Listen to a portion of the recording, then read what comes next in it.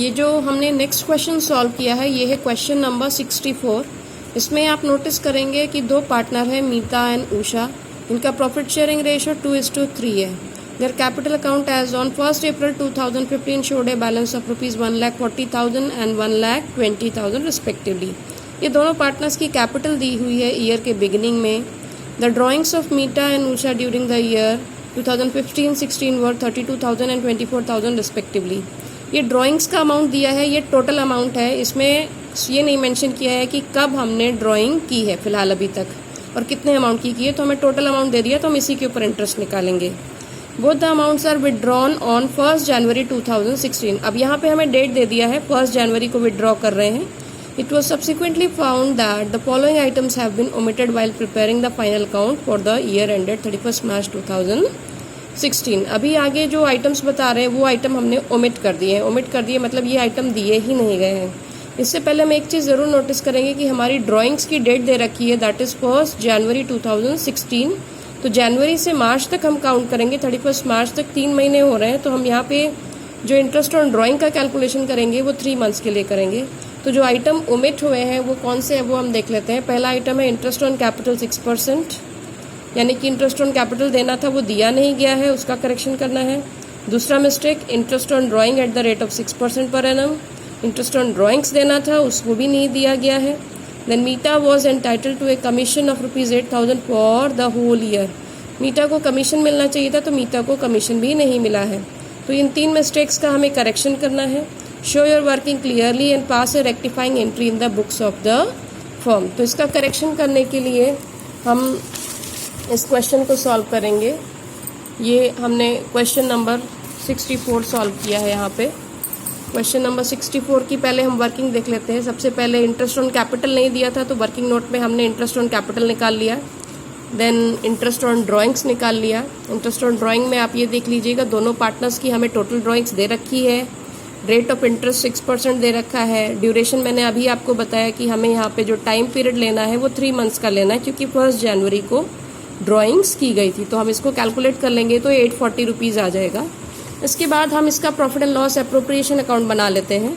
Profit and loss appropriation account में मैंने profit नहीं डाला है क्योंकि हमें इस क्वेश्चन में प्रॉफिट बताया ही नहीं गया है।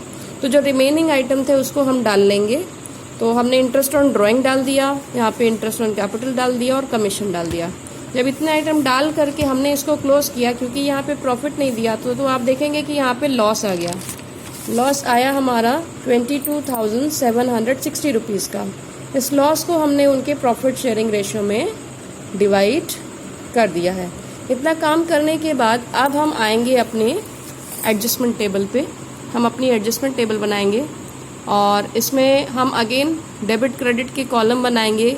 3 अकाउंट बनाएंगे। एक पहला कॉलम हमारा पर्टिकुलर्स का है, दूसरा कॉलम हमारा मीता का है, फिर उषा एंड फर्म, और सबके हमने डेबिट क्रेडिट के कॉलम बनाए हैं।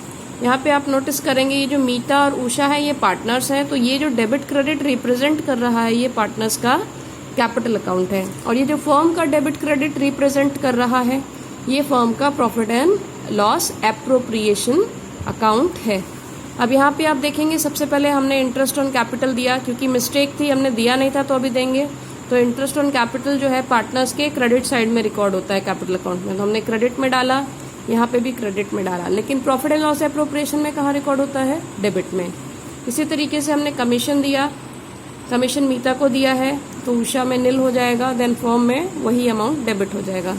Then interest on drawings, interest on drawing जो है पार्टनर के कैपिटल अकाउंट में डेबिट होता है।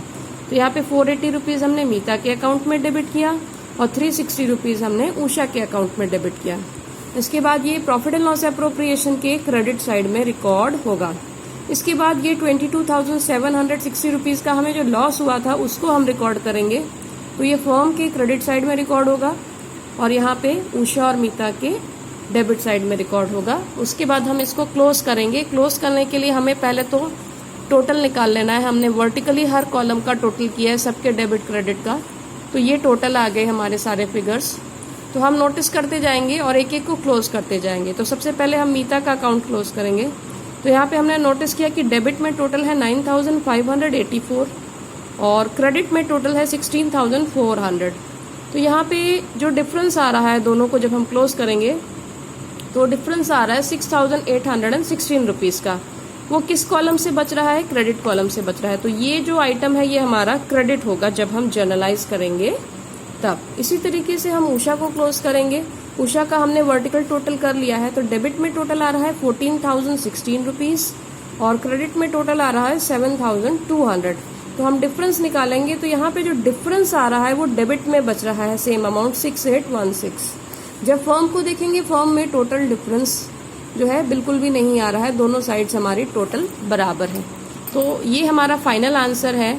इससे हमें ये पता चल गया उषा को हमें डेबिट करना है जर्नल एंट्री में और मीता को हमें क्रेडिट करना है। तो जब हम इसको जर्नलाइज करेंगे तो इस तरीके से करेंगे, Usha's capital account debit to Meeta's capital account.